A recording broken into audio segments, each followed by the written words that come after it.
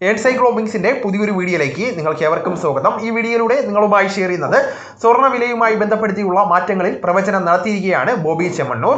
അപ്പോൾ ഇതിന്റെ വിശദമായിട്ടുള്ള വിവരങ്ങളാണ് ഈ വീഡിയോയിലൂടെ ഷെയർ ചെയ്യുന്നത്.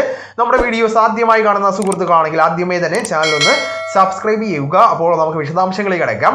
സ്വർണ്ണവില കുറഞ്ഞേക്കുമെന്നും പ്രവചിച്ചിരിക്കുകയാണ് വ്യവസായിയായിട്ടുള്ള ബോബി ചെമ്മണ്ണൂർ. വാങ്ങിക്കൂട്ടിയ സ്വർണത്തിന്റെ മൂല്യം വർദ്ധിപ്പിക്കുവാൻ രാജാക്കന്മാർ ശ്രമിക്കുകയാണ് എന്നും അദ്ദേഹം വ്യക്തമാക്കിയിരിക്കുകയാണ്. ഒരു ചാനലിന് നൽകിയ അഭിമുഖത്തിലാണ് ഇക്കാര്യങ്ങൾ സംസാരിക്കുകയുണ്ടായത്. പ്രധാനമായിട്ടും കുറേ വർഷങ്ങൾക്ക് മുമ്പ് പവന് 12,000 രൂപയായിരുന്ന സാഹചര്യത്തിൽ അത് 50,000-ലേക്ക് എത്തുമെന്ന് അദ്ദേഹം പറഞ്ഞിരുന്നു. അന്ന് സ്വർണത്തിന് വലിയ ഡിമാൻഡ് ഒന്നും ഉണ്ടായിരുന്നതല്ല. അങ്ങനെ ഒന്നുമല്ലാത്ത സമയത്ത് പവന് 50,000 എന്ന് പറഞ്ഞപ്പോൾ എല്ലാവരും അദ്ദേഹത്തെ കളിയാക്കി. അത് പറഞ്ഞ് ഒരു വർഷത്തിനുള്ളിൽ തന്നെ സ്വർണ്ണവില ഇരട്ടിയായി. അടുത്ത വർഷം ആയപ്പോഴേക്കും 50,000 ആയി. പിന്നീട് അദ്ദേഹം വ്യക്തമാക്കിയത് 50,000 എന്നത് 1,00,000 ആകുമെന്നാണ്. പക്ഷേ ഇപ്പോൾ കണ്ടിട്ട് പഴയതുപോലെ പ്രവചിക്കുവാൻ സാധിക്കുന്നതല്ല. അന്ന് ഡോളർ കറൻസിയുടെ വേരിയേഷൻ, ഓയിൽ, ഇതൊക്കെ ബാലൻസ് ആയിട്ടുള്ള ആവറേജ് സ്റ്റഡി നടത്തുവാൻ സാധിക്കുന്നതാണ്. ഇപ്പോൾ ഇതൊന്നും കണക്റ്റഡ് ആയിട്ടുള്ള ഫാക്ടർ അല്ല എന്നും വ്യക്തമാക്കിയിരിക്കുകയാണ്.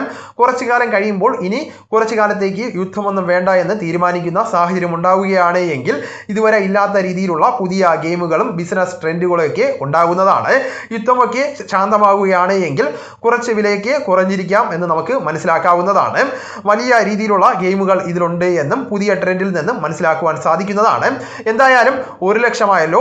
അദ്ദേഹം പറയുകയാണ് 25% വില താഴേക്ക് പോകുവാൻ സാധ്യത ഉണ്ട് എന്നാണ് വ്യക്തമാക്കിയിരിക്കുന്നത്.